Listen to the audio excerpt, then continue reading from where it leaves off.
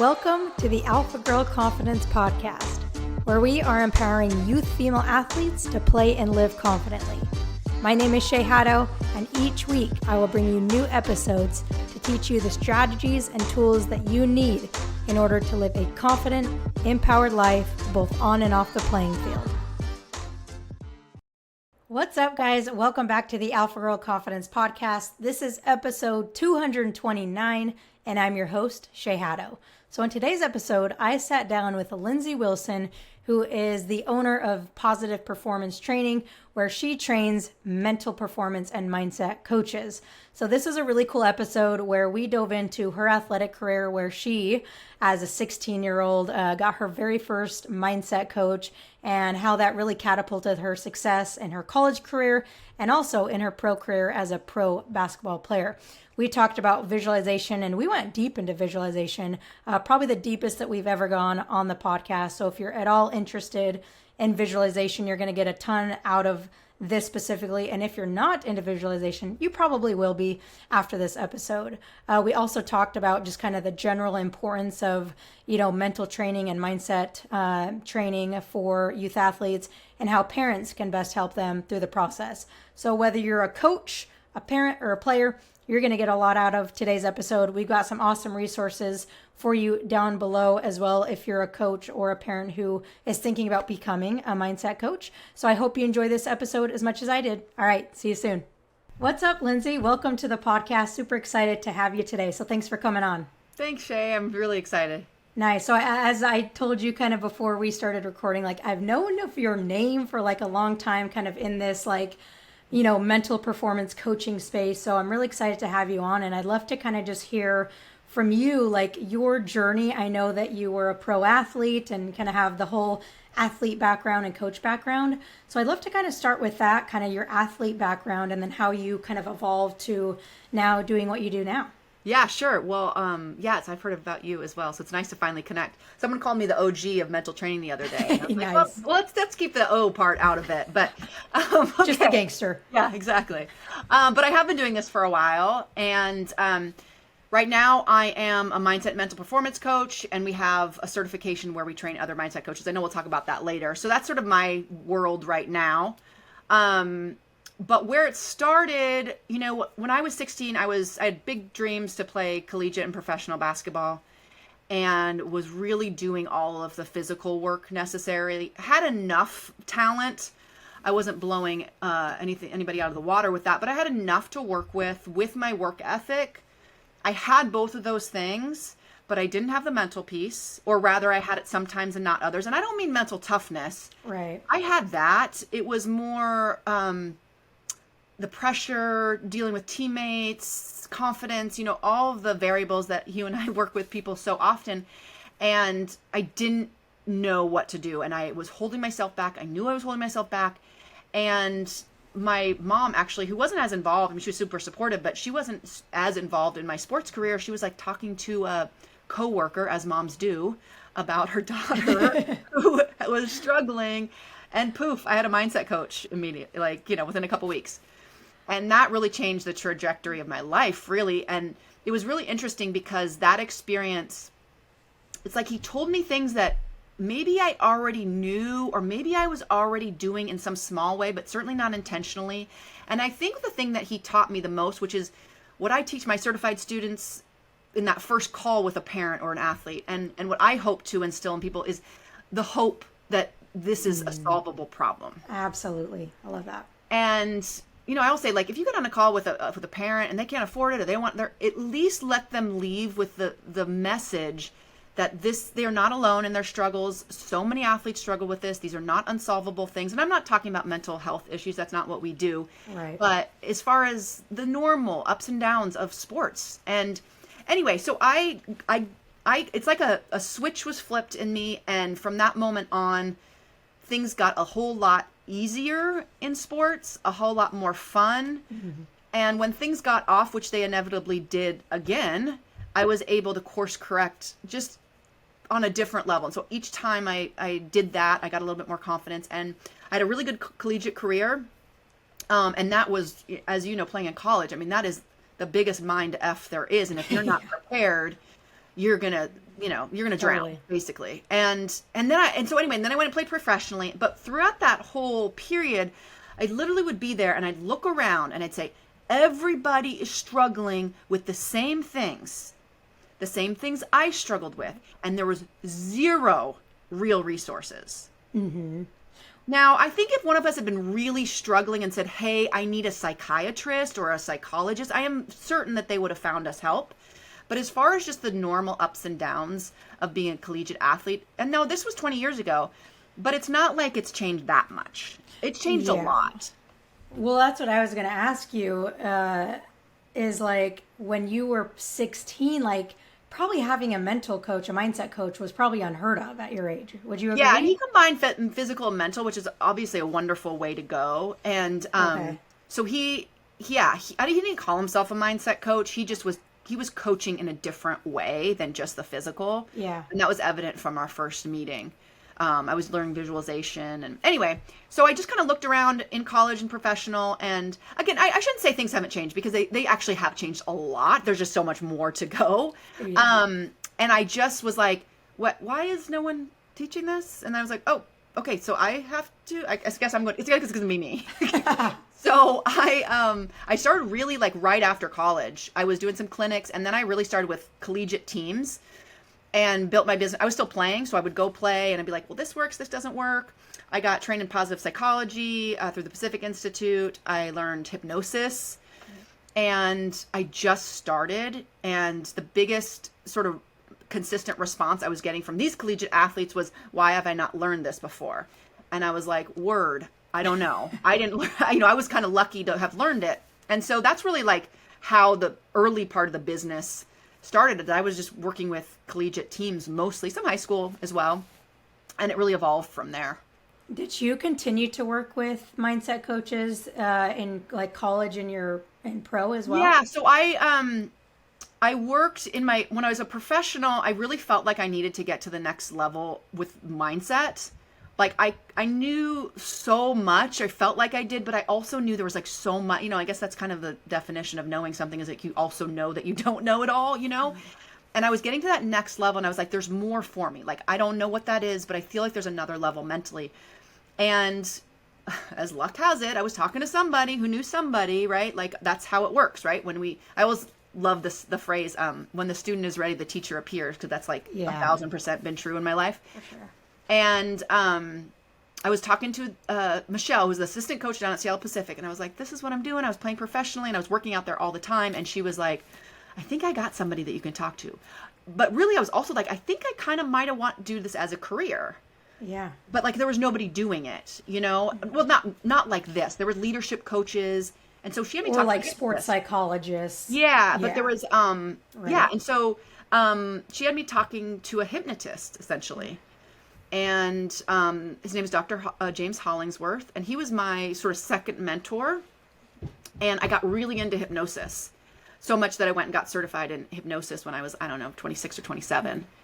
And flew to the East Coast and went to Long Island with this woman who was doing like past life stuff. I mean, it was kind of woo-woo, but... right. And it was all like... And this is where some of my motivation to do the certification came from, is it was like, I'd go and learn hypnosis, and it was like smoking cessation, weight loss, and phobias. And I was like, cool... But I don't want to do any three of those things. Like, I want to take it to athletes, which I did. And it was fine. But like, there was nobody teaching how to do like real guided imagery or hypnosis or anything for performance. Mm-hmm. So that's what our certification does. Because, I mean, you can take smoking cessation and like do like I did, which is like kind of move it over to athletics. Right. But they're different, And so there wasn't anybody teaching it for performance. Not really. Gotcha. So you've worked with athletes at the youth level, college level, professional level, yes? Yes. Would you say that they all kind of deal with the same problems, so to say? And if so, like, and if not, like, what are the big differences, I guess, like mentally? It's a really good point. I think, generally speaking, it's, how would I say that? I think when you get to a certain level, they obviously have figured some things out. They don't need like a lot of the basic things. Right. They need to get to the point of like being able to relax and enjoy where they're at. They need to be able to, yes, play under pressure, but they've also probably been able to figure that out. But like, how can there be more joy? How can there be more being present? And so it's like fine tuning these things that like, can you know, because they found flow before, if you want to use that term, right? They found flow before. So it's like, how can you do it more intentionally? And that's really where I think it gets super fun, because they're doing fine without you, right? Like if they're at that level, they're doing absolutely, unless they're having a breakdown. But even that is like, okay, but they just want to get to that next level. And so it's like so much at that level is not adding things. It's teaching them how to have less, to let go of things. Yeah. And there's a certain level of fear that comes from that. But there's also like this piece, and they're actually in some ways trying to get back to the way that they played or the way that they felt when they first started, right? Yeah. And so there's almost like this full circle thing of like you're working with youth. And I really believe, I mean, you can do, as I'm sure you do, you can do like very simple exercises. Kids are very open to mental training. But I would say from like a one-on-one standpoint or like a more official capacity, not like in practice, they really need to have gotten to a level where they're motivated to do it. And oftentimes we're not really motivated until we've seen like a pain. You know, we've seen like, this isn't working anymore the way that I used to do it. And so that often comes at a little bit older. It kind of depends on the sport. But so they hit that sort of wall, and then they may be ready for like a program such as yours or one-on-one training. Yeah. But that being said, as for the coaches and parents that are listening, you can implement things at a younger age. I just think for like a sit-down session where you're potentially paying more money, like they kind of need to be a little bit older, in my experience. What do you? I think we're on the same page with that. But what do you consider older? Like I said, I think it really depends on the sport. Like if you're a golfer and you're out on the course by yourself, or tennis, you know, like you're going to get to that point earlier than like maybe a soccer player, for example, or a basketball player like I was. You can hide a little bit more sometimes in team sports. Like a gymnast, they're going to get it probably earlier. Sooner. You know? Yeah, and it depends on their maturity too. Yeah, I agree. Like I used to work with one-on-ones with younger kids, and I was just like, it's not there yet. And so now I only work with like 16 and up as far as that's a great age. But there's a point that you brought up a minute ago, and I'd love to hear your take on it, where I think sometimes people think that mental training is I don't know if luxury is the right word, but where we'll get physical training just because we want to get better, but mental training, I only need it if there's a big problem. And I would love to hear your take on it, but my take on it is that like mental training is something that you could be confident, you could be feeling good, and it's still important, especially as for me, like a teenage girl athlete who's dealing with so many things socially as well, that there doesn't need to be this big, huge issue in order to start working on your mindset and confidence. Like, what are your thoughts on that? Well, I would just say for most parents, I think, you know, there's the external things, right? There's the getting college, the ability to play at that level. There's the getting college paid for. There's like these external things, and of course the ego piece of it. And like those are all great, but we know the statistics on that, right? And we know that like most people aren't going to get to that level. You and I did, but most people honestly won't. And even when I look back, and even if I hadn't got to the level, like the reason that we're doing sports really is the intangible things. Exactly. Like the reason we're doing any activity, if you're singing on stage, it's not necessarily because you're only going to do it on Broadway or whatever. Like that's great to have those goals, but really we're talking about being able to perform under pressure, talking about peer pressure. We're talking about losing, winning. We're talking about putting ourselves out there in a public space. We're talking about embarrassing ourselves and being able to go practice the next day. That's why we do sports. Yeah. Right. Like, and so I think as long as we remember that, then it's like, and I know for a lot of parents, they think of like, well, I want to give them every opportunity to be successful. And it's like, yes, but really, if you really listen, I think to what is the most important to you, the success is, I want my kid to learn life lessons that they can take regardless of what they do in the rest of their life. Yeah. And so much of that is the mental piece. And, some of that stuff they're going to learn through osmosis, Yeah. right? Right. But there's quite a bit more that can be done. And you have this window. That's why I love working with sports. I'm sure you do too. It's like you have this window where you have kids' attention in a way that they really care. And what an opportunity. I mean, you're not going to get a kid to sign up for mental training to help them with math. I mean, maybe correct. Probably not, but and if you have that kid that wants that, they're probably going to be fine from a math standpoint. Right. So like we have this opportunity within sports to develop the capacity and the mental things for them to take those opportunities to the rest of their life, to be tough and resilient and all those things that we want as parents. And you have this window.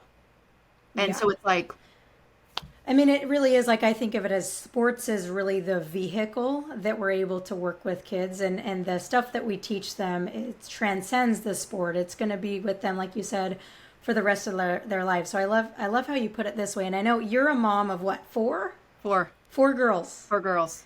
Well, what are the age range? Oldest is 8 and youngest will be 1 in 7 days. Oh, cool. Have you started to notice, so you're probably super attentive to some of these things. Is it have you started to notice some of these, identity things and confidence issues, maybe not issues, but just as a parent, have you started to notice that with your own kids?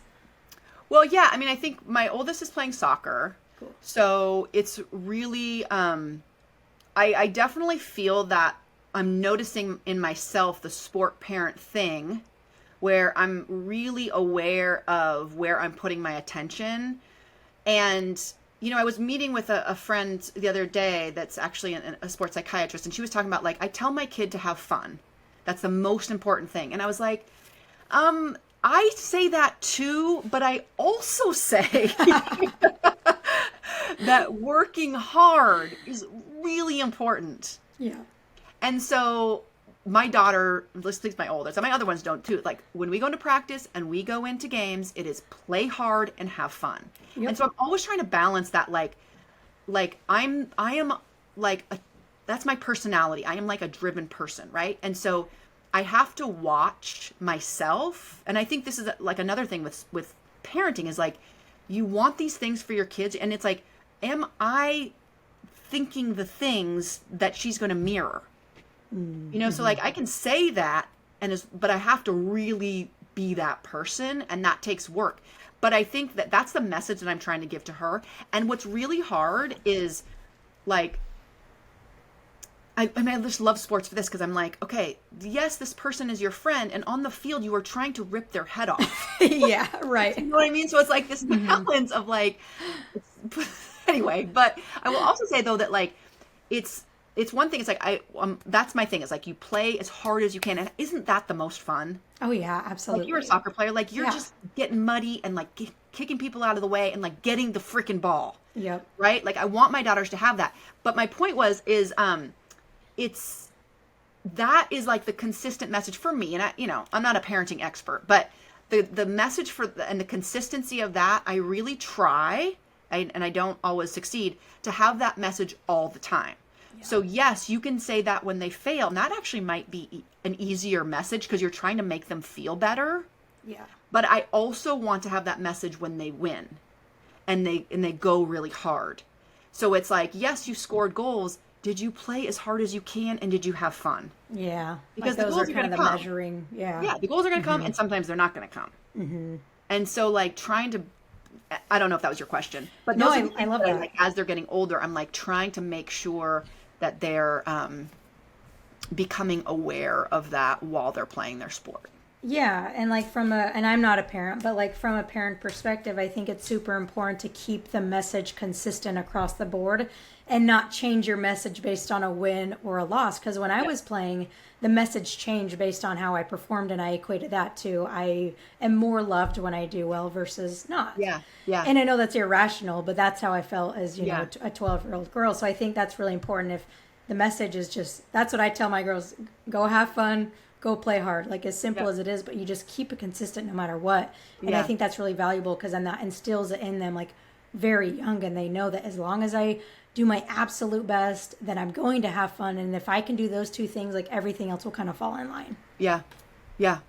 I think another thing that I teach my daughters, and I would say mostly, I mean, I talk about my younger ones, but mostly my older one is really grasping some of these concepts. And one of the things that I'm really talking to her about right now is the reticular activating system. Oh gosh, I'm not actually using those terms, but I'm just telling her. Yeah, I'm just telling her like, and the reason that this came up is because we went to California and I saw this tree that I'd never really seen before. I forget what his name. It's called a red bush or something. And it was beautiful. And I was like, and someone told me the name and I was like, this is a beautiful tree. Why have I never noticed this tree before? And then I saw we came back to Seattle and I saw it like 4 different places. Everywhere. Right? Yeah. And so I was talking to my daughter about it and I was just saying, you know, like if you think you're going to find nice people, you find nice people. And I said, you start telling your brain what to look for. And I forget what the example, but the next day she goes, Mommy, I'm telling my brain to look for, you know, bugs or something. Yeah. And I was like, yes, like, and that's the truth for, you know, opportunities. And so my point is like, not, you have to do that with your kid, but like, there are these concepts that in sports is a great place to do them, but really anywhere where you're not going to be necessarily sitting them down and doing a worksheet on their pre-competition routine. Right. You know what I mean? Mm-hmm. But you're going to have these concepts where you're going to teach them about emotional regulation. You're going to teach them about the power of their thoughts. You know, you're going to teach them about breathing in a really fun way. And so, you know, you're going to teach them about visualization, but you're going to use the word, let's think of a movie in our head. Yeah. You know, and so there's a lot of, and really mindset training. I think a lot of parents actually do it without realizing they're doing it. Yeah. When you talk about hypnosis, you know, one of the best examples of hypnosis is bedtime stories. You know, you're using metaphors to teach kids to make their bed or be nice to their sister. Instead of telling them, you're telling them a story. And that's really what hypnosis is. And so I think when you start studying this stuff, you realize how much of parenting is some of this stuff, but also how many of these tools are applicable in a less official capacity for younger children. Because I get the question a lot. I'm sure you do too. Like, I'm coaching 8-year-olds. Can I do mindset? Yes, you can do mindset training. You are not going to sit them down and say, we're doing mindset training. You're going to teach them how to take a deep breath when they make a mistake. You're going to teach them to close their eyes and see themselves, you know, kicking the goal or whatever. And it's going to be probably short and probably really simple and maybe use different terminology. It's still the same. Yeah. I mean, it's more through stories, more through play, more through like you as the adult, like actually showing them rather than concepts and ideas and like all these official, you know, terms and stuff. I love that. I think that's really valuable for parents listening. And I agree that I think a lot of times parents are doing a lot of, you know, mindset and emotional, you know, coaching and stuff like that, because I have so many parents like say like, hey, like, I've been telling my daughter to do this thing forever, and you told her, and she listened to you. She didn't listen to me, but like there were a lot of times on the same page, right? You know, with like the importance of your thoughts and your beliefs and how to regulate emotions and stuff like that. So I think that's really cool. And then you brought up one thing, visualization, which I want to get into because I know you found it at age 16 and it probably helped you a ton. So talk a little bit about first kind of the power of visualization. Let's like get into the why of it, why it actually works. And then maybe a couple like strategies and tools for athletes listening and maybe for parents who can teach their athletes. Yeah. I actually learned visualization when I was 12. Oh, wow. I don't know that I even knew that I was learning it. I had a coach, his name is Peter Schmock, and he was actually coached. He was an Olympian at University of Oregon. He was actually coached by the great Bill Bowerman. Awesome. So that's kind of cool. Anyway, he was a strength coach, still is. And we had a class, you know, when I was 12 or so. And after every class, we would lay down in the yoga room and he would take us through like guided imagery. And if I remember correctly, it was mostly like progressive relaxation type stuff because it was after workouts. Mm-hmm. But anyway, and so I started using it then. And again, I don't remember if I even knew what I was doing, but I probably would have called it relaxation. And then at 16, I started really learning how to use visualization to train my subconscious to believe that my affirmations could actually happen. And it worked. So I kept doing it. So that's like, I think probably the simplest way to, well, now that there's like apps, I think guided meditations and visualizations are a really easy way to get started, I think guided is great, because sometimes you're sitting there and you're like, I don't know what to do. And, then you get in that thought as if, and that could kind of hold people back. That being said, I also think that there's very simple things that don't take a lot of time that are really visualizing the future that you say you're working towards, and that you say that you want. And we teach this in our pre-practice Braver, which is our most popular product really of all time, where people actually have a pre-practice routine that involves visualization. So I would say that, like, just the act of, seeing your goal, or like I should say, writing down your goal or having your goal written in the present tense, and then closing your eyes and seeing it, that gives your brain space to practice that being your reality. And I think the best example of this, or I should say that the statement that the brain actually doesn't know the difference between real and imaginary sounds, I don't know, like a sentence, right? Because it is. But what I will tell you is, if you've ever been in a movie theater, or even at home these days, watching a scary movie and you feel scared, you know that the brain actually doesn't know the difference. Right. Yeah, that's a great real example. And imaginary, right? And so we have some other examples of different visualization exercises you can do to prove that. And some of our mindset coaches learn those, because some people are like, is this really helping? And so we teach that, but then the hypnosis component for me was a really powerful addition. And so in our certification, we actually teach 4 levels of visualization. And towards the end, we're really working on metaphors. So there's meditation, which is, some sort of breathing or focusing technique, right? There's visualization, which can be, visualizing your best games in the past, or visualizing what you want to do coming up, almost like you can call that sort of just like movie type visualization. Right. But then there's really a third level that is really about using metaphors. And I'll give you an example, because I think unless you've experienced it, it can seem, I don't know, maybe woo-woo, and maybe it is. It doesn't really matter. It works. I could say, okay, Shay, like, let's say you're doing something difficult in your life, and you have a lot of challenge, you have a lot of obstacles in front of you. And I can be like, okay, Shay, you've done this before, you got this. Or I can tell you a story about myself and say, I went through something similar. These were the obstacles. I was able to get around. And like that, all that helps you see that it's possible, right? Right, yeah. But there may be a part of you that's still like, it was different. She doesn't know. That was then, this is now, whatever your argument is, right? And this is your brain just keeping you essentially safe from too much change. Right. Or I can take you through a guided visualization. And this is just a really simple example, but one that's really powerful is I can take you through a visualization where you're walking on a trail and, you're seeing the birds and the trees and everything. And then you actually have like a blockage, like you have a pile of rocks in front of you. And maybe you've actually told me what the obstacles are for you. And you imagine moving each rock out of your path. And again, maybe they have actual names, I don't have enough time. We're going to move that rock. But maybe they don't. But anyway, eventually you clear your own path and start walking back up the mountain. And what that does is your brain makes the connection between you being able to move those rocks, which your brain cannot argue with that. You are fully capable of moving those rocks out of the way. Your brain makes the connection automatically between this metaphor and what is happening in your life. And you can't argue. It can't come up with 1 million reasons. It just does it. And then it's like, oh, I'm on the other side of those obstacles. And it makes the connection between you can do that with the other things in your life.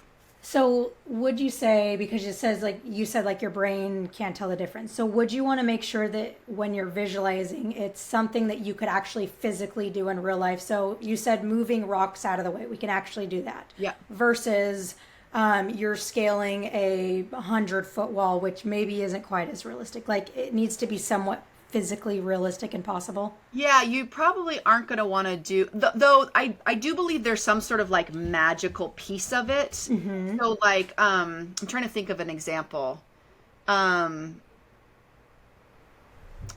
You're right in the sense of like, you don't want to do visualizations where your brain sort of comes out of it because it's like, that's bullshit. Right. You don't want the bullshit meter to go off. Yeah. But what I also say is like, there's visualization that we do that's progressive relaxation that has you moving a color up your body. Yeah. Right. And so It's a like little bit that's different also though. not real, but It's more of an energy thing. Yeah, and your body doesn't, most people don't argue with that because Right. they kind of know, like no one's telling them that that's real. Yeah.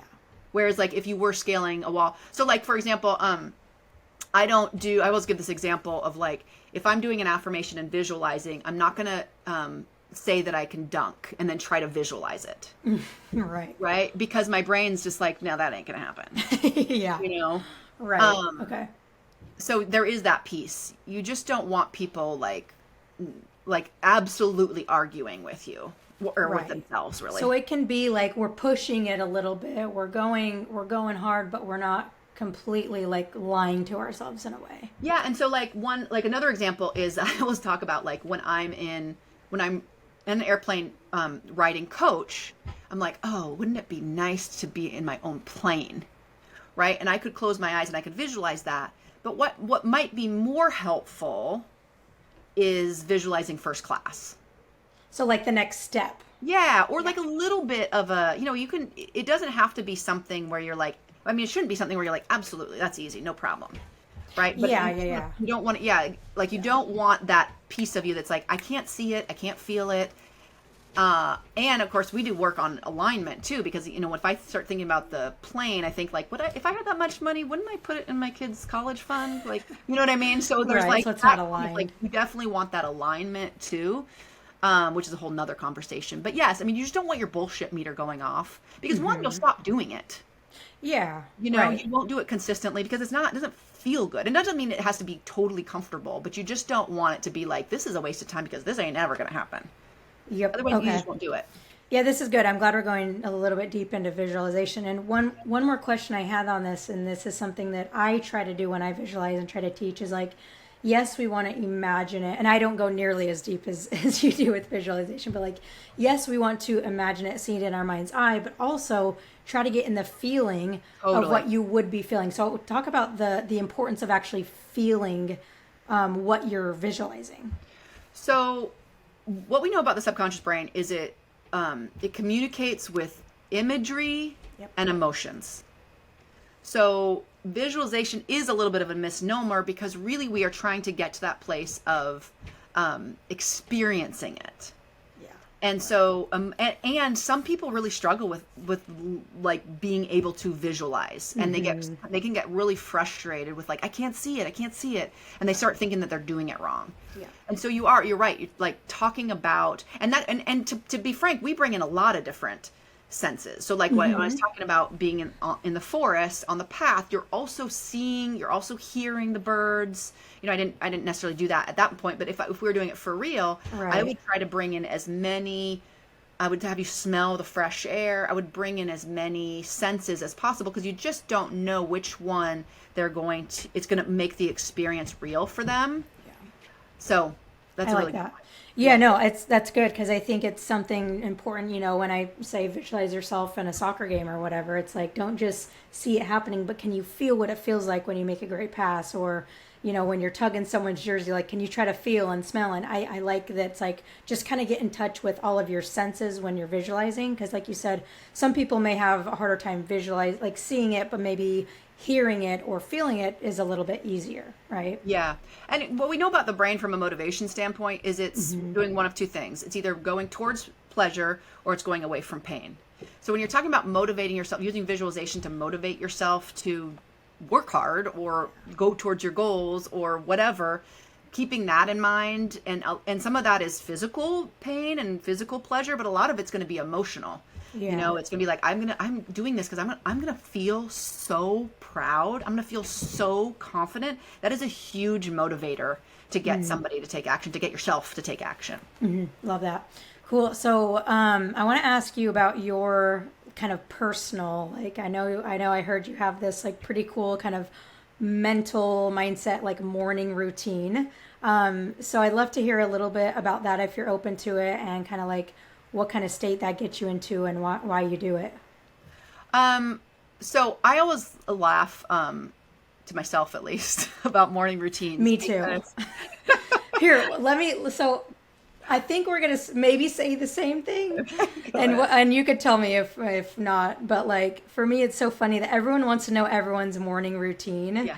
But the thing is that your morning routine isn't going to work for me, and vice versa. Yes. So Yeah. that's I think maybe where you were going. Somewhat, and Okay. also just like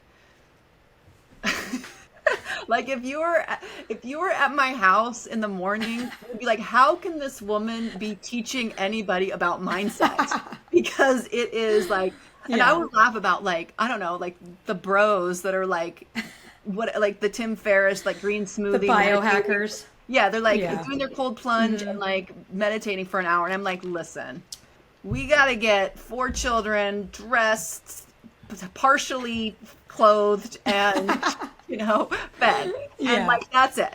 But I will say that for me, and potentially it is even more critical for me because of that, that Yes. there is a transition. And my mindset coaching students, we call it the daily beast, Awesome. what I love do. that. And it's really, really important because a lot of them are balancing families, busy jobs, and they want to be working on their business. And one of the things that I've seen, and I know this for myself, is like when life speeds up, we try to speed up on our tasks and we don't Yeah. take the time to plan and get our mindset right. So we end up working on the wrong tasks with the wrong energy, and it just doesn't work. And then we think the problem is us. And so for me, my morning routine really is only, I mean, besides like drinking coffee and like spending time with my kids, my work morning routine really is only on the days that I work. Okay. And so it's more like my transition because I'm just not at the stage of life where I can commit to that. Right. And that's working for me. And so I tell my students that all the time, like, you got to find the thing that you can literally do consistently. Yep. And so anyway, mine is what we call the daily beast, and all my students learn this. And it's really, well, I won't go into all of it, but a lot of it is being really conscious of our thoughts to get us the result that we want. Because otherwise we're just recreating what we already have created. I would say Right. that's a big part of it. And some of that includes journaling. I do a lot of writing, both for Yeah, me myself too. and for my newsletter and really everything. And that really helps. We also do a lot of time management planning stuff because another thing that I've seen is time management sometimes misses out on the mindset of time management and really making sure that you believe you are in control of your time. And when you do that, you are able to prioritize and work on things in a different way. And so we have a whole process, we call them the 5Ds, where we're really dividing up our tasks and delegating and so we have a whole process for that. So yeah, that's a lot of it. I won't Yeah. tell all the details to bore No, yeah, people. that's good. And just to know that, like, whether it's parents who are like, oh, I need to have this morning routine. It's like your morning routine is gonna look completely different to mine. Like I have a dog, and that's it. Like I can do whatever the heck I want in the morning, right? And so one person's morning routine isn't the secret. Like you got to figure out what works for you. Yeah, absolutely. And it's just like, what's the one small thing you can commit to every single day? Like, it doesn't have to be this list of 10 things, including a cold plunge and, red light therapy, like Yep. all this stuff. Like, Yes. it could just be that one thing that kind of either is a transition or just something that kind of lets you kind of have that stillness and maybe that peace that you need or want before your day. So my students and I all do this one, but I think that the purpose, and this is maybe how other people can think of a morning routine, is like, what is the thing that's going to allow you to show up in the best way? And question. for me, it's like, I've had a lot of maternity leave over the years. Obviously, I've had balancing a lot of things. So like, there's days when I'm working 2 hours or 3 hours. And so it's super crucial for me to like be working during those 3 hours and not like diddling. Yeah. Like worky work is what I call it, right? Yeah. Like I have 3 hours, so I have to spend some of that time prioritizing how to use that 3 hours in the proper way and making sure my mindset's in the right place instead of like frantic, oh my God, I only have 3 hours. And like, how many times have all of us done that? I only have 3 hours. And like, by the end of the 3 hours, you haven't really spent it that well. Whereas like taking that time in the beginning really maximizes the 2.5 hours that you have left or whatever. Right. And this is good for, especially because we're in summer with athletes listening, and there are a lot of girls listening right now. It's like they want to get better and faster and more technically sound and stronger and everything. And if you look at the schedule, it's like, well, there is no schedule. And sometimes other things get in the way of what your priorities are. So I think this is valuable for parents, but also athletes, as they're kind of have more freedom over their time right now that it's summer. And, I think it's like, not to sound too old school, but like having a pen and paper and seeing it written down is one of the most powerful ways. And the research backs this up, right? This isn't just us, pontificating. But I think, I put some notes in my phone, of course, but there is something different that happens in my brain when I write down my schedule. I have my list. And I think for a lot of my students, and I know for myself as well, like, when we get off because of a change in schedule or traveling or someone gets sick or we get sick or whatever, oftentimes we forget to go back to the things that worked. And I would say that routine really pulls you back, but it's often the first thing to go. So like, sometimes we're on our coaching calls and I'm like, have you been doing the Daily Beast? Like, and by the way, crap, I forgot to do it today. That happens. Like, I'm not saying you're perfect. And so, and they're like, no. And I'm like, well, just do that first. Everything else gets easier. I swear, everything else gets easier. That's so true. I love it. Cool. Well, I'd love to kind of end with, giving you some space to share a little bit more about your certification. I know you work with coaches, and you mentioned that a lot of times moms kind of come into your world as well. So I'd love to hear a little bit about that and kind of, any resources that you want to share, and we'll link them down below. Yeah. So as we talked about offline, we really developed the certification because there really wasn't anything for mindset and mental performance coaches. There was, go get your master's degree or don't do it.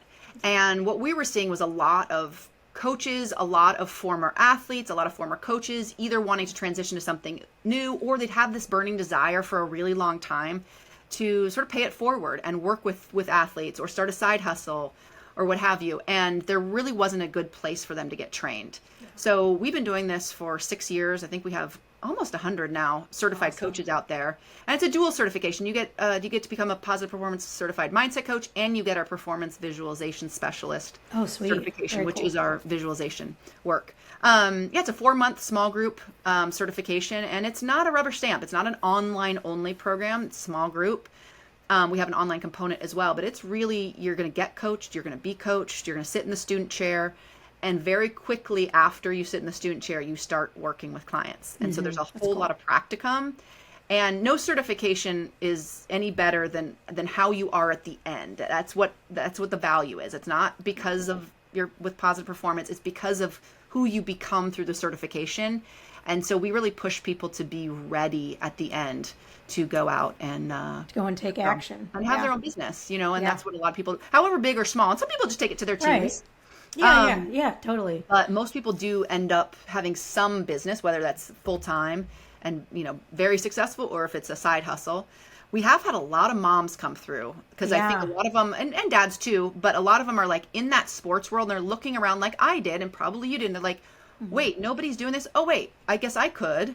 Yeah. And they're not exactly sure how they're going to do it, but they want to get certified because they want the tools, and then they start really growing their business from there. So, so there's 2 resources I would recommend for your listeners. One is we have a free ebook, and it's called How to Become a Mental Performance Coach. Perfect. And it is what it says it is. And it is a lot of information. And I think what it really does is it helps people get out of like, should I, what do I do? How do I get started? And like, it talks about what we teach athletes, how much we charge, how to package, where you're going to get your first clients, all of those like initial questions that really oftentimes stop people from getting started. Yeah. So that I would recommend. That's on our website, positiveperformancetrain.com, and I can give you the link too. Yeah. And I think the other thing that I would recommend is we also have a free guide called the Ultimate Mindset Coaching Toolkit, and that's really for someone that wants to be a mindset coach, maybe kind of already has been one, like they've been the unofficial person that people come to. They're doing the after practice chats. But they haven't sat down and done a session, right? They probably have something they could teach. If not, we talk about it in this guide, and it's totally free, but it gets you, we call it getting off the sidelines, right? Like you can actually sit down and have an official session. And that sounds scary and big and everything, but We walk you through it. And there's really this big shift, both for you and for your essentially probably unpaid practice client. But regardless, there's a big shift between like, hey, let's talk after practice to, hey, we're going to sit down and do a session. And so a lot of people have done that, and that's been really helpful just to get that next step. I'm all about steps. Like, Me everybody too. wants to do these big things, but it's like, let's just start. Let's just do a little something, see if you even like it still. And then we do more. And those are two big resources. I love it. Yeah, those are super helpful resources. So we will link those below along with just your website so people can check it out. But thank you so much for coming on, Lindsey. I know that I enjoyed this. I got a lot out of it. So I appreciate you sharing your wisdom and knowledge as an athlete, as a coach, and now as a coach of coaches. So yes, thank you absolutely. again for coming on. Yeah, and I'm at Instagram too. That's what I was going to ask. Instagram. At Lindsey Positive Perform. At Lindsey Positive Perform. So we'll link that too. Any other socials, or is Instagram the main pretty one? much the main. Yeah. All right, we'll do the Instagram then. Yeah. Well, thanks again for coming on. Thanks so much, Shane. Keep doing good work in the world. I'm watching you doing it. So awesome. Appreciate it.